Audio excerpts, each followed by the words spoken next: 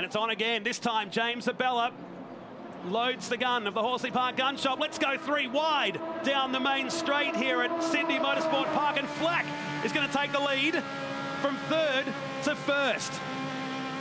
That just shows you how efficient that slipstream is down the straight here for these cars. This is great. And now, Pingle. They're going to go on with it. He fancied the shot, didn't he, down the inside, but thought better of it. And now it's going to be a 4-car battle as Peter Carr gets into it.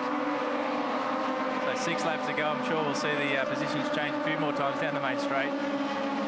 Across the top of the access tunnel and the drop down to turn 4. The TV does not do the justice of this corner, does it? No, I'm sure the cars are getting quite light there. They usually lift wheels over the top there, so TV definitely doesn't do it justice. Through turn 5, on board with Pingle. There's the outside the track, which is caught a few cars out this weekend, exceeding the track limits. Down into turn 6. So Adrian Flack from 3rd is now leading, and I think not for much longer, because James Abella pulls down the inside and zip straight by. This will go all the way to turn 8. Oh, squeezed him out. That was very well done. Oh. He's going to lock it up. He's going to lock it up, and Flack is going to shove him across the track here. Not literally, of course. Side by side. Pingle will be the big benefactor here, you'd think. They're still side by side. Great driving by these guys. Lots of respect for each other out there. Just feeds the power on. Let's stay with Pingle. Let's not. Let's watch it from the outside and head down the main straight. What's Abella got for us? Well, I think that this might just hold here. It's just enough of an air gap that they're not going to get the advantage out of the slipstream. Oh, he's covering. Oh, late. It's late. Oh, scary. And it's good. Watch Pingle. No, the door shuts. He hasn't locked it yet, but it's close. Pingle, late braking, not going to work this time. And look at Carr suddenly in this. He's been busy, Pingle. He's had cars in front, cars behind. He's been sliding this thing like a sprint car all race long. I don't know about you, Matt, but I'm holding on pretty hard here, just watching. It's really turned on, hasn't it? Yep. 7 laps in, so still a long way from home. There's a chance to have a little bit of a breather as we look outside the top 10. We've got Bond, Quinn, Uber Gang back to 13th, then Duckworth and Reynolds of the John variety back in 15th. So Massini just quietly charging there. He's up to 7th now. Top 5 is looking well and truly. He'll be on the back of these guys before you know it. The more they fight, they're lapping in the 44s. He's a bit off the pace in that last lap, as it's still on down here at turn 8. What about Carr for a smoky here? He could be the one. Yeah. He's just watching these guys, thinking, come on, make a hole for me.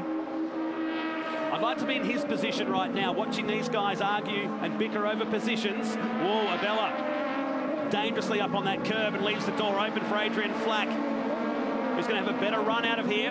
Pingle will use a double toe down the long main straight. 4 cars. Right down the middle of Sydney Motorsport Park. Abella can't do it there. He's going to have to move across. He's going to wash off his speed. It doesn't matter, because Flack just goes around the outside and says, see ya. But Abella's going to fight back. Is there passing points here? Because he'd be the points leader at the end of this. There's not, I guess. Through the corner we go again, turn 2. Love the in-car shots with Pingle today. Just to be careful, Carr doesn't make the move here. It's in 3rd position. He's going to start thinking about championship points now, doesn't he? Yeah, definitely. You're always thinking about these young guys are driving really smart and obviously thinking about the championship. Every race you need to finish and accumulate those points. But definitely we've got Carr on the back here. He's just still watching. You know, there's plenty of time left, 4 laps, and he's got good pace. He just needs to probably start thinking about making some moves now. Now Morris Massini back in 7th position is about 8 seconds away. I think he's going to run short, but sets himself up nicely for tomorrow. And again, Flack will drive defensively, put the car down the inside here and make Abella go the long way around. I love the way these young guys just create new racing lines.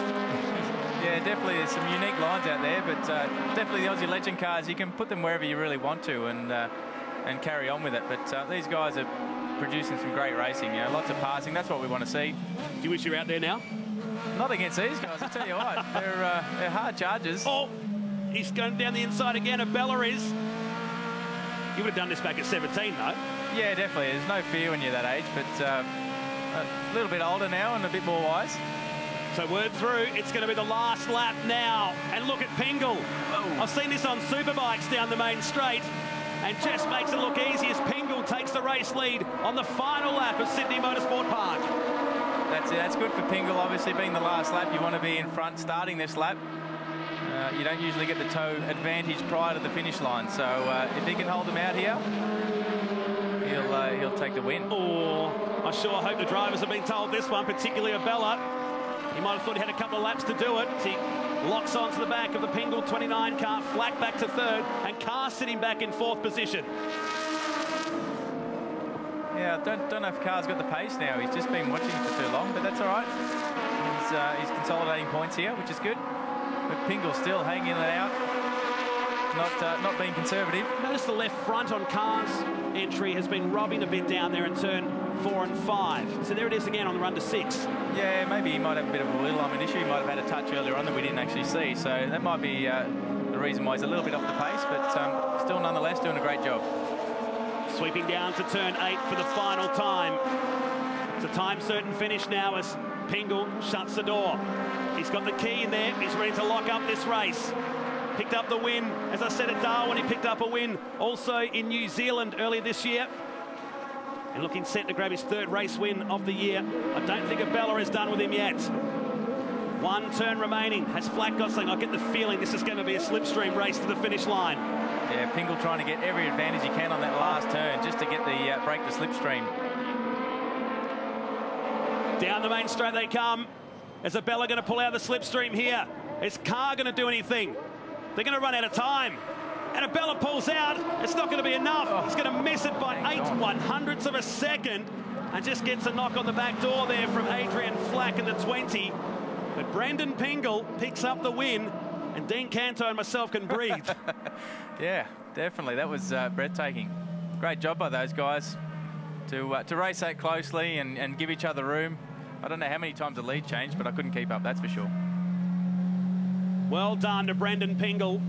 James Abella, hats off to him as well. He finishes second by 0.08 of a second in this one. Adrian Flack finishes in third. Peter Carr was fourth. The birthday boy gets up to fifth. Trent Young, Morris Massini from 33rd to 6th. Craig Woods was 7th, and Darren Chamberlain over the page to Blake Chaveris. Adam Ubergang got to 13th in the end. John Reynolds was 15th. Denham Ballantyne 19th, and Tony Quinn got his way up into 20th place, and it was Brendan Tucker who fell down the order for 21st. Alan Smith, Harley Haber was next, Michael Rinken down to Matty Lynch, and then Robert Motby, Sean Rose, Ruth Bowler, and Damien Flack completing the field, both one lap down.